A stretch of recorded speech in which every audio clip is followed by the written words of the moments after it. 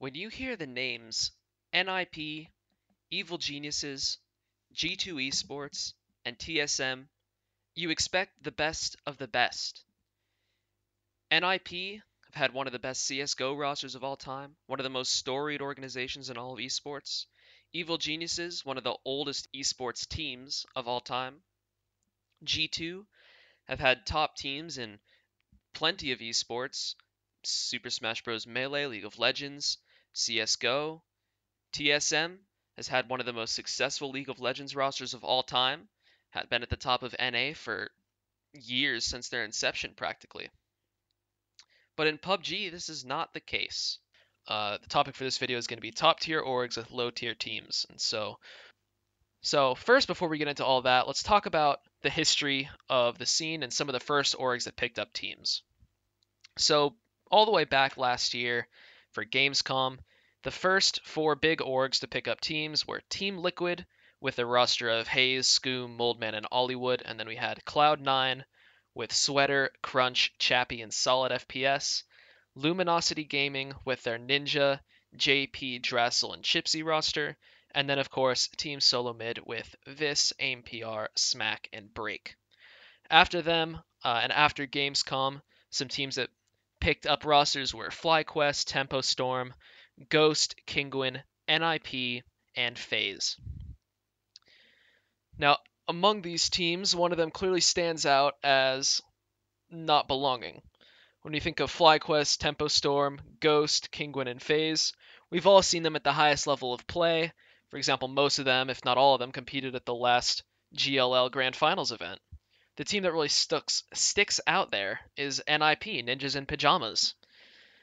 Now, when Ninjas in Pajamas entered the scene, they ended up picking up the old C9 roster of Sweater and Crunch, and then adding to it X, and they also picked up Borg, who also played as a sub for C9 during the Gamescom event. Now, if we look at a lot of these older teams, they've all changed their rosters for the most part. So Team Liquid is a perfect example. The old roster of Haze, Scoom, Moldman, and Hollywood is completely broken apart, and only Scoom remained. And Team Liquid picked up Ibiza, Jeems, and Sampty, and they've become one of the top teams in the world by far. And the old Team Liquid was a team that I actually made a name for myself originally criticizing when I picked up on their awful early game drops and early game strategies. They had some ridiculous number, like 50% of the time they would lose someone before the first circle.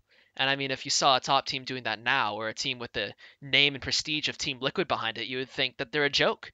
And they were until they fixed it.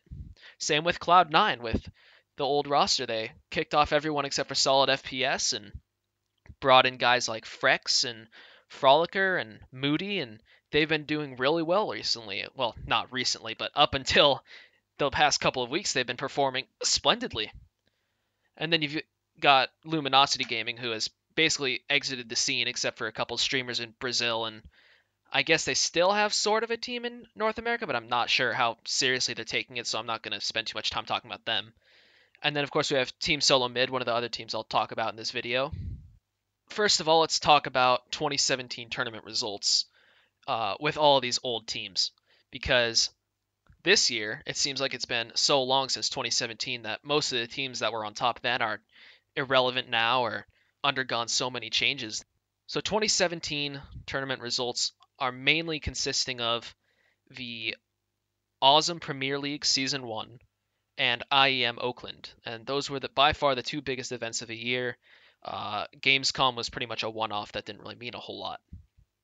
So when we look at IEM Oakland, we can see that teams like FaZe, soon to become Vitality, then Against All Authority, were very good. Tempo Storm, Ghost, the two NA greats at the time, they performed amazingly. And then, of course, we had TSM, who also performed very well. And then going down the list, we can see teams like NIP in 16th and EG in 20th, Evil Geniuses. And just keep in mind that NIP didn't have to qualify for IEM Oakland. They were invited. And then when we cross-reference that with some awesome performances, we see that Gorilla Core, soon to become FaZe, was very good, very on top. We saw that teams like TSM were right behind them. And that was about where the scene was at. If you look at my top 10 power ranking from January, talking about 2017, we had the top team was Vitality, and right behind them was FaZe. Certainly not a surprise there. But right behind them were TSM. And TSM were probably, at the time, legitimately a top three team in the world, if not right up there with FaZe and Vitality. They had some great results. They were innovating strategies more so than most other teams. Uh, they were performing consistently. They performed well. They had some good fraggers on their team. Break performed splendidly at the Gamescom solos. And then if you look behind them, teams like Ghost were doing really well. Uh, Gambino, soon to become Wildcard from NA, were very good. You had teams like Havu and Digital Chaos, Method from EU. These guys were on top in the top 10 back then. Envious as well. But that list is very different today, and it really shows with a lot of these events. My point in making all of this is that all of these teams from so long ago, in order to become better, they made roster changes. Team Liquid kicked 3 of their players. Cloud9 kicked 3 of their players. TSM, after their decline, have started to switch around pieces and see what'll fit, but not to the degree that they maybe should, is what I would argue. And teams like FlyQuest, Temple Storm, Ghost, Kinguin, FaZe, they've all switched out parts. FlyQuest. FlyQuest started with Comet on their team. Comet, Headshore, Something, Blue, Headshore, acquired by Optic. Comet leaving. They acquired Loss HD, who is now on Totality, a very good player. Kinguin has switched out damn near their entire roster. They started with Ibiza, Fuzzface, Leighton, and Larson. Fuzzface, of course, going to FaZe. Ibiza, of course, going to Liquid, and Leighton going to Method. So only Larson of the original team has actually stuck around. And interestingly enough, while all the other players have gone on to have success with their other teams, Kinguin has actually gotten better the more they've switched out their players with Gaxi and Lore and Miracu. If you look at other teams who have also switched out their rosters, you get Ghost, who, well, I mean, after the team got defined legited, and the whole bathroom incident happened, which if you don't know about that, look it up. It's really quite entertaining.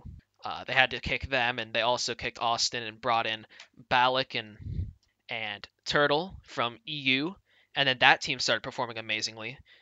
Tempo Storm recently parted with their longtime IGL Valiate. Samty from Tempo Storm had gone to Liquid, so now Tempo Storm has brought in a couple new players. They've got who do they have? BangQ5 and of course BangQ5 and Zampa, himself a very good fragger. And FaZe have switched out Meter for Fuzzface, and with both rosters they performed splendidly, but with Fuzzface they've obviously taken themselves to new heights. Again, the only team that stands out is NIP. So NIP's original roster of Sweater, Crunch, Borg, and X has largely gone untouched since mid last year, or mid of this PUBG year last year. They've made one roster change in total since the team has been around, where Crunch left in January, and they brought in Hollywood from former Team Liquid. Obviously, I'm not a big fan of that since I was very critical of old Team Liquid. So even when they're making roster changes, they're not really making very interesting moves, and their core is not really even something that really could be built on. If NIP want to get to the top, they would really have to do a whole team shuffle. And here's why. We can just look at the results from their entire history, and they're very telling of the skill and ability of this core squad. So let's start at the beginning. IEM Oakland, they got 16th. Nothing they did really worked. They didn't get a win. They barely got any top placings in individual games. Not very good fragging numbers. Move on to PUBG Online Split 1. NAP got 26th. And moving on to the Split 2. This is Season 2, by the way. For Season 2, PUBG Split 2 Contenders, by the way. This is not the premier division of PUBG Online. This is the division below where you go if you don't qualify for the first division. NIP placed 17th, not even in the top 16. In the second season of Awesome, NIP has finished 33rd. 33rd. A team with the name and most likely salary of NIP's prestige should not be getting 33rd in an online Awesome event. I mean, to me that's unacceptable. We can look at Cursed Trials in March, where in their group they got 15th. It's not in the finals after qualifying from the group they got 15th. They got 15th in their group, and they haven't competed in ESU at all. And let's even go take a look at the results from last year, even though they don't really matter. So in Awesome Season 1, they didn't qualify for the finals, which means they were outside of the top 16. Their core three of Sweater, Borg, and Crunch failed to place top 6 at Gamescom. In Season 1 of PUBG Online, they also got 26th. So this roster has never been a good roster, no matter what period of time you're looking at, unless you really want to count Gamescom as ultra important, which I don't know anyone who would. For one thing, it was played partly in third person. None of the teams had been together very long. The meta was so young and inconsistent. So I'm just going to go ahead and say they've never been a good team, and there's absolutely no reason why they should still be on NIP. I mean, honestly, I feel like we should be hiring Sweater and all these other guys for marketing positions or selling us something because, goddamn, if they're selling their own existence to NIP for over 6 months on this roster, then, man, hats off to them more than anything because I'd love to be getting whatever NIP is paying them. And I know a lot of other players would too, and a lot of other players are much more deserving of being under a brand name like NIP with the exposure that would bring. And I mean, honestly, how much time do you need to figure out that a roster's not going to work? A year? 6 months? Because it's already been 6 months. But I mean, that's enough about them. Let's talk about someone else. We can talk about G2. In PUBG, they've just not been very good ever. Again, looking at the results, they've never been to a LAN. In the split 1 of Season 2 of PUBG-O, they got 27th. After that, in contenders, they did manage to get 3rd, but again, it's only contenders. So it doesn't really even factor in all that much. When you consider that G2 is supposed to be one of these top tier organizations, not a bottom or mid tier organization that's okay with only getting 3rd in contenders. You've got G2 getting 35th in the second split of Awesome. I mean, these results are not indicative of a top team or even a mid tier team. These are results indicative of a bottom tier team that is unsigned. I mean, you've got teams like Lumbermill that have gone for so long without getting signed until their roster split apart and half was acquired by Dignitas. And I think you've got so many other rosters in NA that have just recently been acquired, EU too, that have just been unsigned for God knows how long, while placing so much higher on the leaderboards than either of these two teams. It's just absolutely disgusting. So G2's roster, Fantasy, Wacko, Velen, Stefan.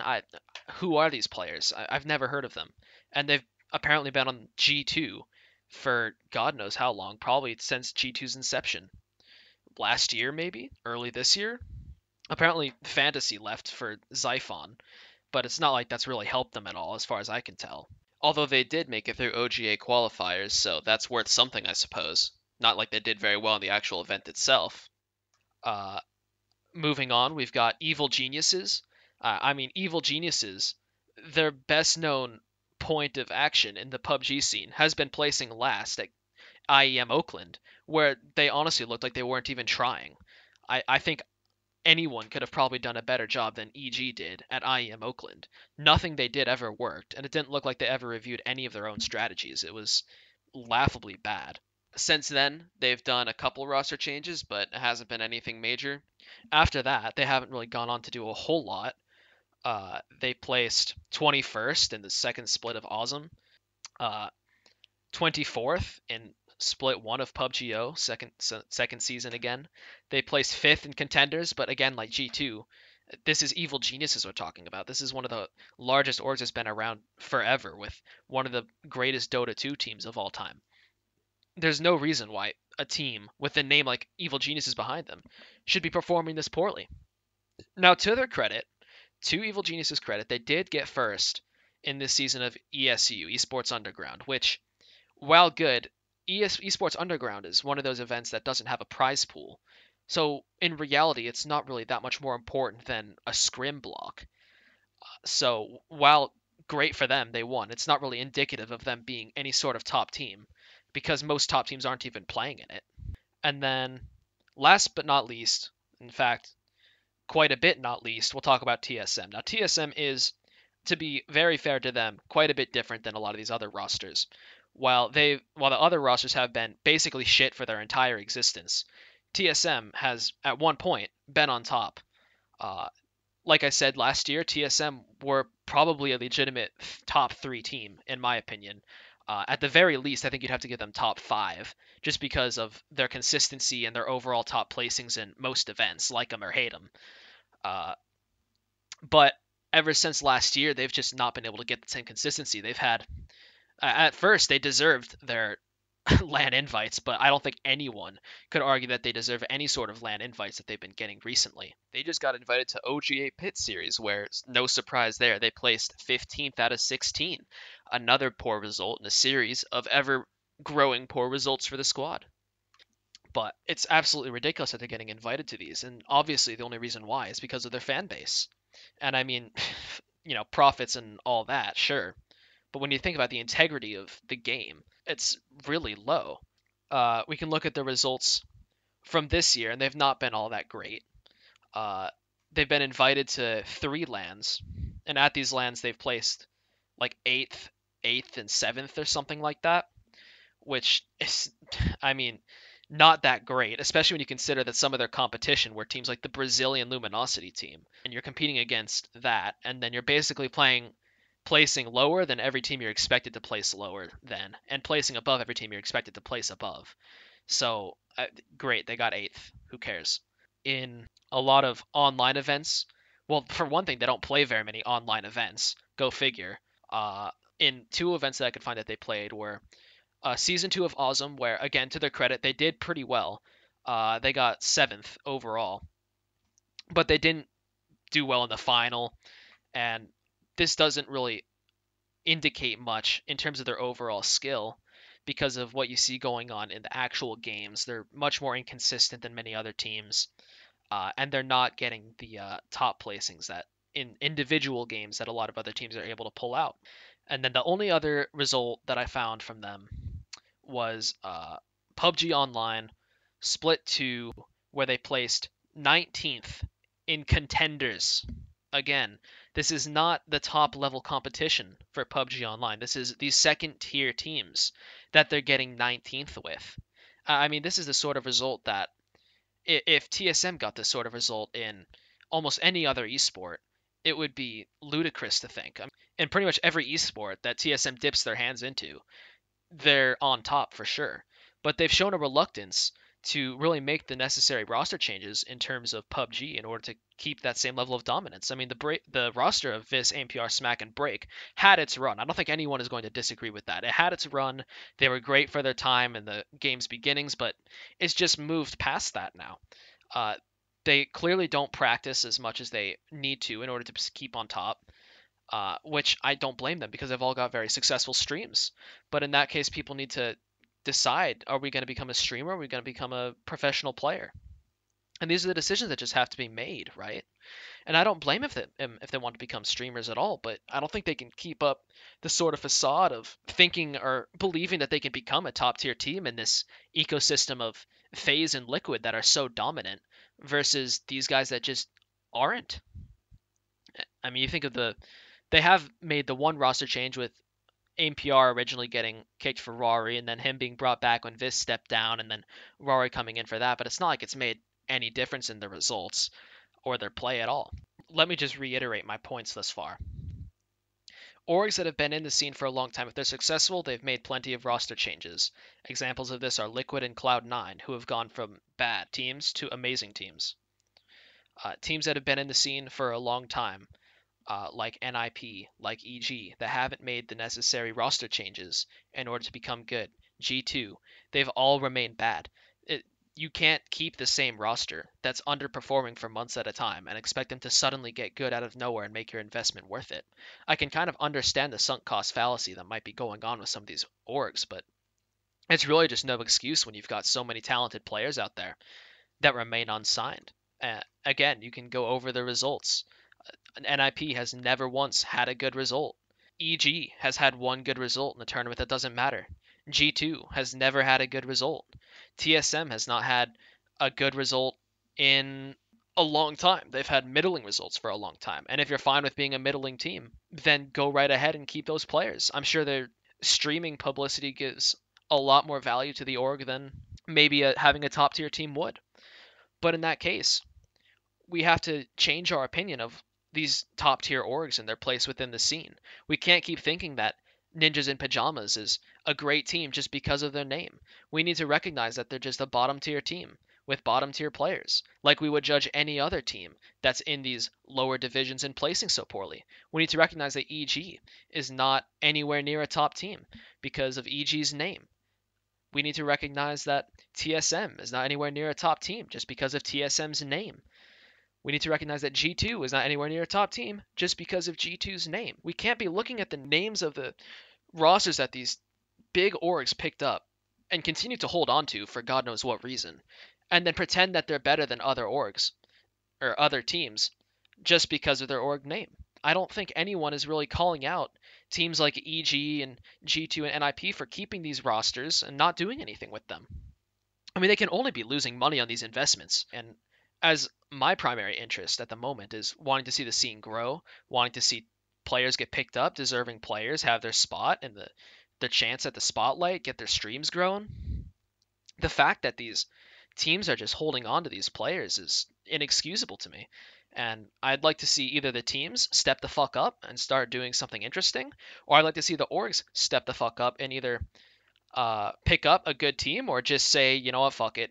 These guys aren't working. We're out. Because, I mean, just holding on to these guys for no reason is just, I don't like it.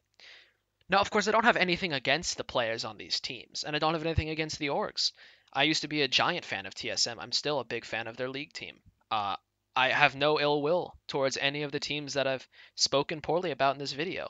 I'm a big fan of a lot of G2's players in other games, stuff like that, but uh, with regards to the scene in this video, it's very clear which teams are trying to take it seriously and get good teams and which teams just don't take it seriously.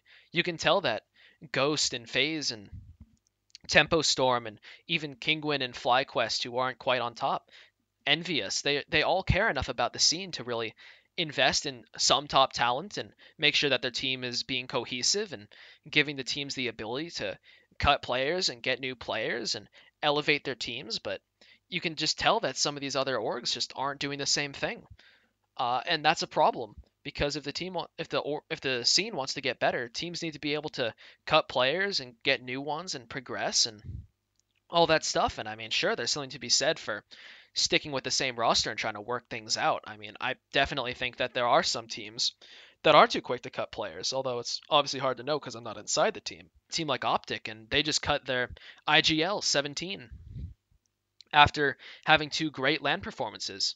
The argument that he's probably a lower fragger and then they've been inconsistent in online tournaments is probably very valid, but at the end of the day, you have to think they've got a second place and a fourth place. Well, fifth place by technicality, not second place, but I'll call it a second place for the sake of argument. They've got a second place and a fourth place at LANs, which is far more than any other team can say. And I mean, I think at the worst, they would be considered probably sixth best in the world, depending on the metric you use. I put them at sixth myself. But they're certainly not outside the top 10 with that roster. So the fact that they would cut their IGL after that is surprising to me.